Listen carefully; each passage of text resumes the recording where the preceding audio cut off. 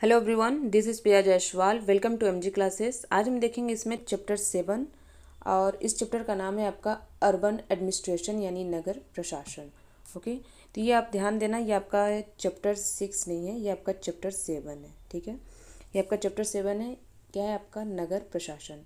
इसमें हम देखेंगे कि जो नगर होता है, नगर प्रशासन होता है, वहाँ की व्यवस्था कैसे होती है, वहाँ पर काम कैसे होता है, इसको हम समझेंगे। ओके, इसके पहले हमने चैप्टर 5 में अच्छे से सारी चीज़ों को समझा है, चैप्टर 6 में समझा है। तो वो चीज़ में मतलब उस चैप्टर में सारी चीज़ें बेसिक जो चीज़ थी अच्छे से हम उसको समझे हैं, यानी सारी बोलना चाहिए जो डिटेल थी हमने उसमें समझा है।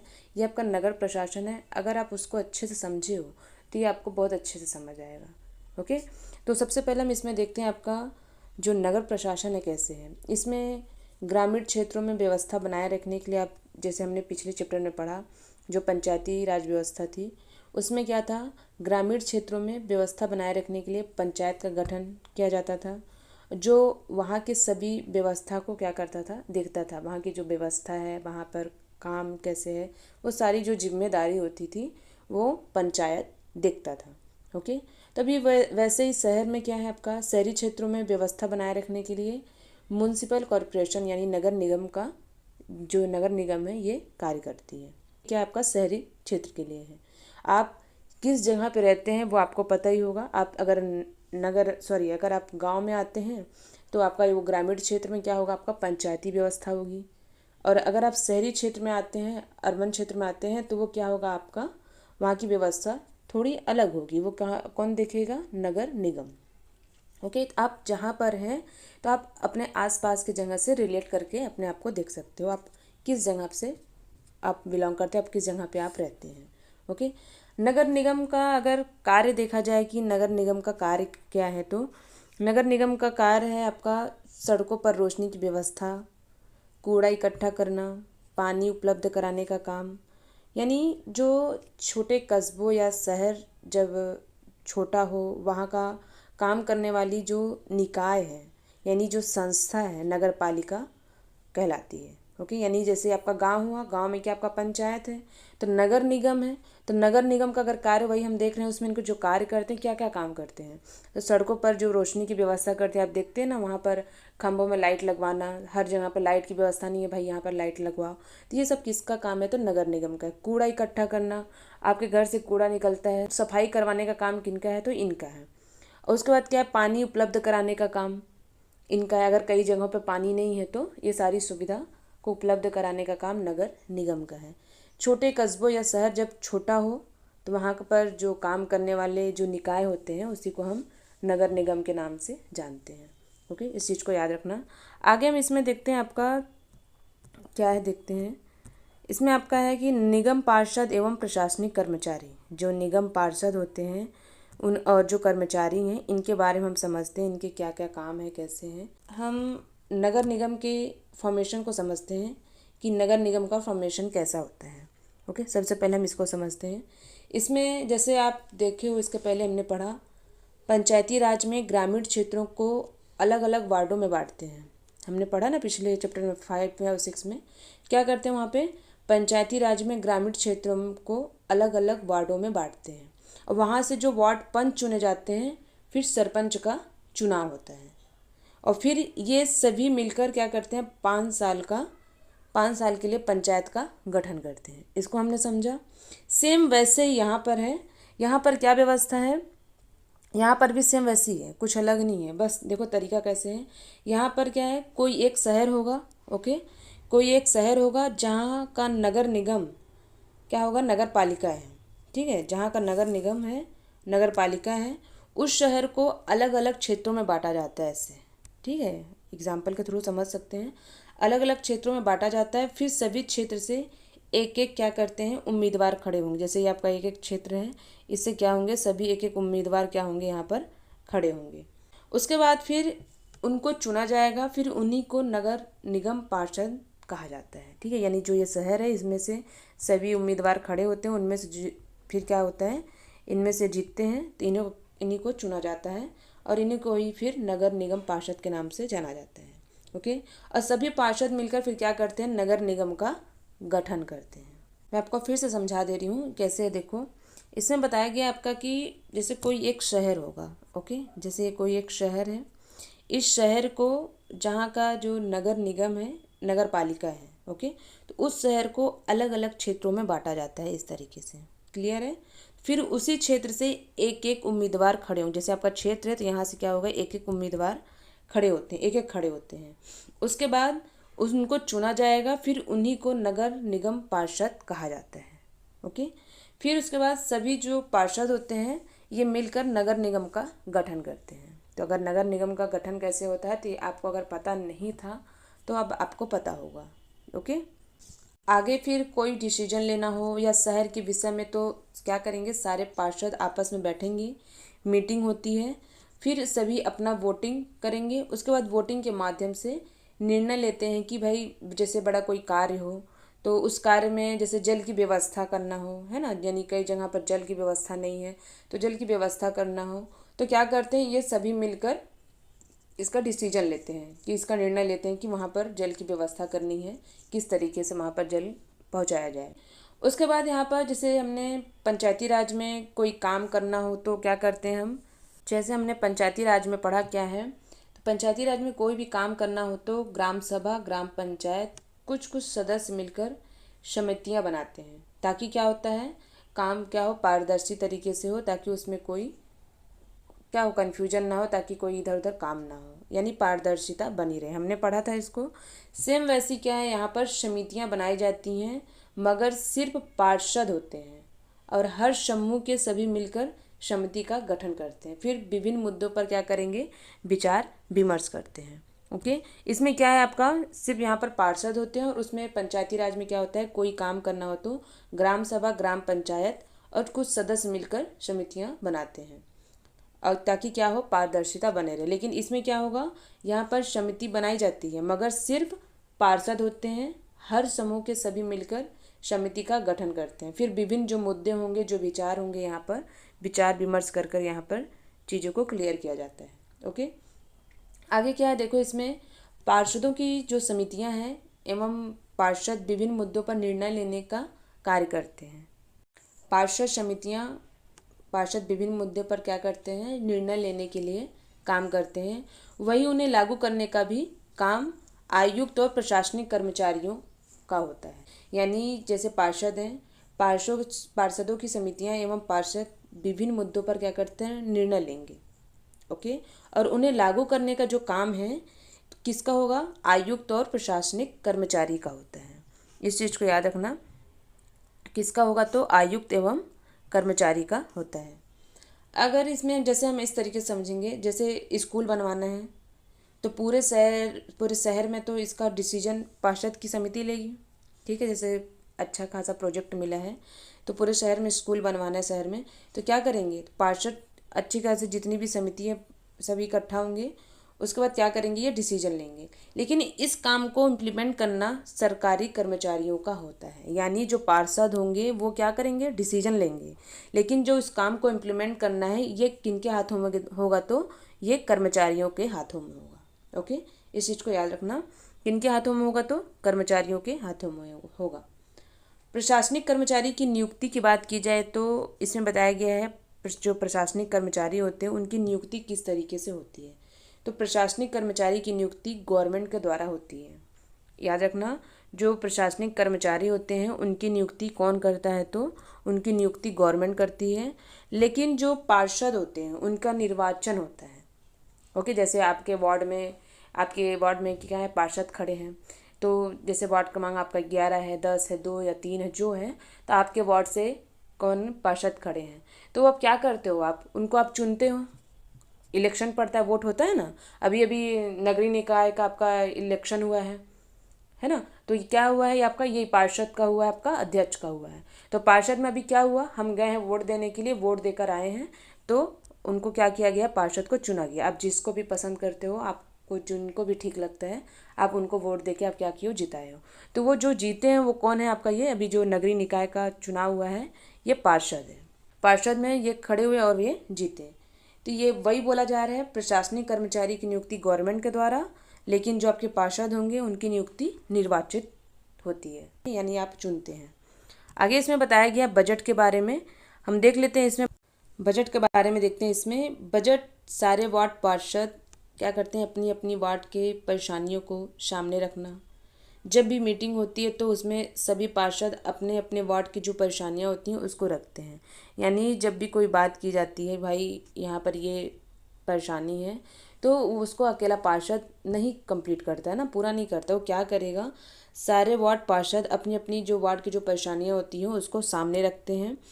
और जब भी मीटिंग होती है तो उसमें सभी पार्षद अपने अपने वार्ड की परेशानियों को वहाँ पर रखेंगे कि भाई यहाँ पर ये हमारी ये परेशानी है, हमारे वार्ड में ये परेशानी है। ओके, फिर सभी पार्षद मिलकर क्या करते हैं, उनके क्षेत्र की समस्या के विषय में विचार करके उनके क्षेत्र के लिए कितना पैसा आवंटित करना है या किया जाना चाहिए, ये समूह मिलकर निर्णय लेती है कि भाई हाँ कि यहाँ पर ये चीज़ की प्रॉब्लम है, जैसे नाली की व्यवस्था है करानी है, तो वहाँ पर क्या करेंगे, सभी जो पार्षद होंगे सभी मिलकर यहाँ पर सोचेंगे भाई यहाँ पर कितना खर्च लगेगा, तो उस खर्च को क्या करेंगे, सभी मिलकर इसको आवंटित करते हैं कि भाई इतना आवंटित किया जाना चाहिए। ये समूह मिलकर मतलब सभी समूह मिलकर यहाँ पर निर्णय लेता है, डिसीजन लेता है। ओके, आगे इसमें हम देखेंगे कि जो सारे वार्ड हैं, सारे वार्ड के पार्षद मिलकर सम्मिलित राय से एक बजट बनाते हैं। तो जो सारे वार्ड हैं, सारे वार्ड के जो पार्षद होंगे वहाँ पर इकट्ठा होंगे, वहाँ पर इकट्ठा होकर सब अपने सम्मिलित राय से, यानी सब अपना अपना राय देंगे, सम्मिलित राय से बजट बनाते हैं। फिर उसी बजट के अनुसार क्या करेंगे, पैसा को खर्च किया जाता है। जो काम का डिसीजन लिया गया है भाई कि इस वार्ड में ये प्रॉब्लम है, इसको हमको करना है, तो उसको उस बजट के अनुसार ही पैसा वहाँ पर खर्च करते हैं। ओके, आगे देखते हैं इसमें हम नगर निगम जो है उनका वहाँ पर जो पैसा कहाँ से मिलता है। जो नगर निगम है कि जो नगर निगम को पैसा कहाँ से मिलता है, तो नगर निगम को पैसा कहाँ से मिलता है, तो इसमें सबसे बड़ा भाग अगर देखा जाए तो लोगों द्वारा दिए गए कर से होता है। जो टैक्स होता है वो बहुत ज़्यादा ही बड़े मात्रा में होता है, तो वो टैक्स सबसे बड़ा भाग है लोगों के द्वारा दिया गया कर। अगर टैक्स की बात की जाए तो टैक्स लोग सरकार को इसलिए देते हैं ताकि सरकार उन्हें कुछ सुविधा मुहैया करा सके, सुविधा उपलब्ध कराए। उसके बाद नगर निगम को लोग टैक्स देते हैं क्योंकि नगर निगम कचरा उठाती है ना, वो भेजती है ना आपके घर में कचरा आते हैं लेने के लिए, पानी की व्यवस्था कराती है। यानी टैक्स का अगर एग्जाम्पल देखा जाए तो जिन लोगों के पास घर है, जिनके पास क्या है, खुद का घर है, तो क्या करते हैं, वो घर का भी टैक्स देते हैं। यानी जिन लोग के पास घर है उन्हें भी टैक्स देना पड़ता है। ठीक है, तो उन्हें किस चीज़ का टैक्स देना होगा, तो उन्हें संपत्ति कर का टैक्स देना होगा। ओके, और साथ ही पानी जो अन्य सुविधा लेते हैं उनका भी उन्हें टैक्स देना होता है, किसके पास, नगर निगम के पास। तो ये कहाँ जाएगा सारा पैसा, नगर निगम के पास। ठीक है, आगे देखेंगे इसमें लोगों के विरोध के बारे में। इसमें बताया गया है लोगों का विरोध। तो इन लोगों का विरोध क्या है, इसको हम समझते हैं कि किसी भी वार्ड के अंदर की जो समस्या है उसको लेकर लोग पार्षद से संपर्क कर सकते हैं, भाई ये हमारे यहाँ पर ये प्रॉब्लम है। तो या फिर इसका हम क्या करेंगे, अगर वो क्या होगा, जैसे कोई पार्षद है उसको आप बोलते हो भाई हमारे यहाँ क्या है, पानी की व्यवस्था नहीं है। ओके, तो वो पार्षद क्या है, आपकी प्रॉब्लम को सुनेगा, अपनी समस्या को आप बताओगे। अगर वो पार्षद नहीं सुनता है आपकी प्रॉब्लम को, तो क्या कर सकते हो, आप विरोध प्रदर्शन भी कर सकते हो। यानी आपके पास ऑप्शन होता है, जैसे अभी आप शिक्षा कर्मी का देख रहे हो, एग्ज़ाम के लिए कितने सारे मतलब क्या हो रहा है, रैली निकल रहे हैं, प्रदर्शन किया जा रहा है, तो सारी वैकेंसी के लिए अभी आप बिहार में देख लो, सेम वैसी इसमें भी है। अगर आपके वार्ड में जो पार्षद हैं अगर ढंग से काम नहीं करते हैं, आपकी प्रॉब्लम अगर आप बताते हो वो ढंग से काम नहीं कर रहे हैं, तो आप क्या करोगे, आप उनके विरोध में प्रदर्शन भी कर सकते हो, ये आपका हक है। इसमें हम आगे देखेंगे इसमें निजीकरण के बारे में। निजीकरण क्या है, इसमें निजीकरण के बारे में बताया जा रहा है कि भाई निजीकरण आखिर है क्या। ओके, तो इसमें निजीकरण क्या होता है आपका, इसको हम समझते हैं कि जैसे नगर निगम है, तो नगर निगम कचरा उठाने के लिए या फिर कार्य के लिए निजी स्तर के लोगों को रख लेता है। ओके, यानी ये नया तरीका है काम कराने का। तो क्या करते हैं, नगर निगम कचरा उठाने के लिए या और जो भी कार्य होगा उसके लिए जो निजी स्तर के लोग होते हैं उनको रख लिया है, यानी पैसे बचाने के लिए ये काम करते हैं निजीकरण का। क्योंकि अगर गवर्नमेंट के तरफ से जो भी भर्ती होकर लोग आते हैं तो उनको बहुत सारे भत्ते देने पड़ते हैं, यानी जो गवर्नमेंट में जो भर्ती होती है उनको जो चुना जाता है उनको क्या होता है, भत्ते देने में पड़ता है अच्छा खासा। यानी पैसा बचाने के लिए, कम पैसों में अच्छा काम हो जाए कराने के लिए निजीकरण कर दिया गया। यानी ठेकेदार को क्या किया जाएगा, काम दिया जाता है, फिर उसके बाद सारी जिम्मेदारी ठेकेदार की होती है कि भाई ये आपका काम है, आपको इस काम को ऐसे करना है तो आपको इसके बदले पेमेंट दिया जाएगा। जैसे कोई कचरा है, अब जैसे कचरा उठाना है, ठीक है, अब कचरा उठाने का कार्य है तो ये ठेकेदार को कचरा उठाने के लिए दे देंगे। ओके, अब क्या करेगा ठेकेदार, अब क्या करेगा, वहाँ आपका कचरा उठवाएगा, उसके बाद उसको बोला जाएगा कि भाई आपको महीने का या साल का पैसा देंगे। फिर क्या होगा, टैक्स नगर निगम को मिलेगा। ओके, और जो नगर निगम को टैक्स मिलेगा, यानी कचरा उठवाएगा तो क्या होगा, नगर निगम को टैक्स मिलेगा। जो टैक्स मिलेगा क्या करेगा, टैक्स में से ठेकेदार को पैसा दे देगा, कौन, नगर निगम। ठीक है, यानी ये गवर्नमेंट से जो भर्ती होकर आते हैं वहाँ नगर पालिका में जो काम करते हैं नगर निगम में, तो उनसे कम पैसों में ये काम करते हैं कौन, जो निजी ठेकेदार होते हैं। अभी तो फिलहाल ऐसे ही भी काम होते हैं। आगे हम इसमें देखते हैं कि जो कूड़ा होता है, जो कूड़ादान है, उसको किस तरीके सारी चीज़ें इसमें साफ सफाई के लिए बातें की गई हैं, इसको हम समझते हैं। आप अपने घर में ही देख रहे होगे, आपका नगर निगम की तरफ से, नगर पालिका की तरफ से हरा नीला डस्टबिन आता है ना। हरा एक में क्या होगा, आपका सूखा कचरा होता है, एक में क्या होता है, आपका गीला कचरा होता है। अब ये कैसे होगा, क्यों होगा, इसको समझते हैं। देखो, जैसे इस तरीके से ये आपका क्या है, एक सूखा कचरा है, ये आपका क्या है, गीला कचरा है। तो ये आपका क्या हरा वाला है, हरा वाला ही आपका क्या है, नीला वाला। तो हरे वाले में क्या होता है, आपका एक हरा डस्टबिन, एक नीला डस्टबिन। नगर निगम ने सुझाव दिया था कि खाने पीने गलने वाली चीज़ों को क्या करेंगे, इसमें हम हरा वाले डस्टबिन में चीज़ों को डालेंगे। यानी जो गीला होगा, जो गलने वाला चीज़ होगा, जो खाने पीने से रिलेटेड जो चीज़ें होती हैं, सारी चीज़ों को हरे डस्टबिन में डाला जाएगा। वहीं जो नीला वाला है, इसमें प्लास्टिक, कांच, ना गलने वाली जो चीज़ होती है, इसमें यानी सूखा कचरा बोल सकते हो। ओके, तो इसमें जो जितना भी सूखा कचरा होगा नीले वाले डस्टबिन में डाला जाएगा। हम जब भी हम कचरा बाल्टी में डालते हैं, हमको दिया गया है हर घर में 2-2 बाल्टी है ना, आपके घर में देखना, एक हरी बाल्टी, एक नीली बाल्टी।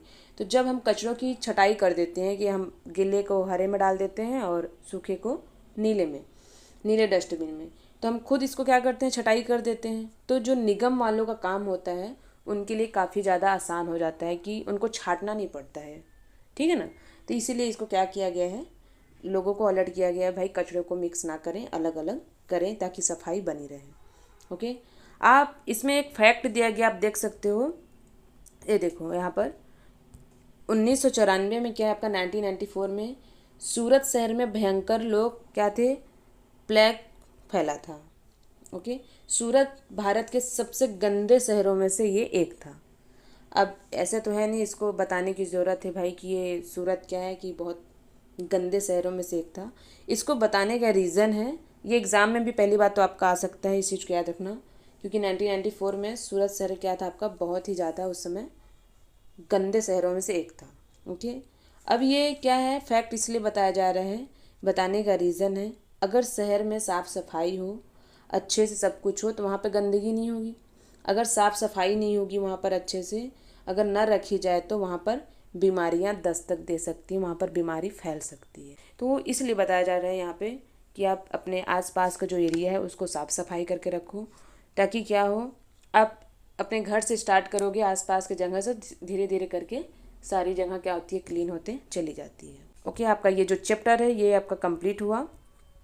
इसको आप क्वेश्चन को बनाएंगे, आपको पता होना चाहिए। आपका चैप्टर 5, 6, 7 ये आपका कंप्लीट हुआ।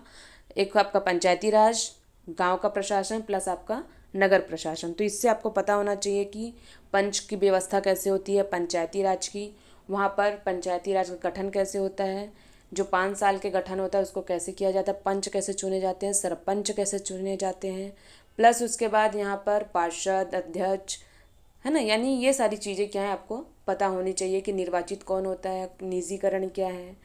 ये जो छोटी छोटी चीज़ें थी जो एग्ज़ाम में फैक्ट वाली चीज़ें हैं, ये आपको पता होनी चाहिए, एग्ज़ाम में भी पूछा जा सकता है। ओके, ये आपका चैप्टर कंप्लीट हुआ। हम इसके बाद चैप्टर 8 और चैप्टर 9 को देखेंगे।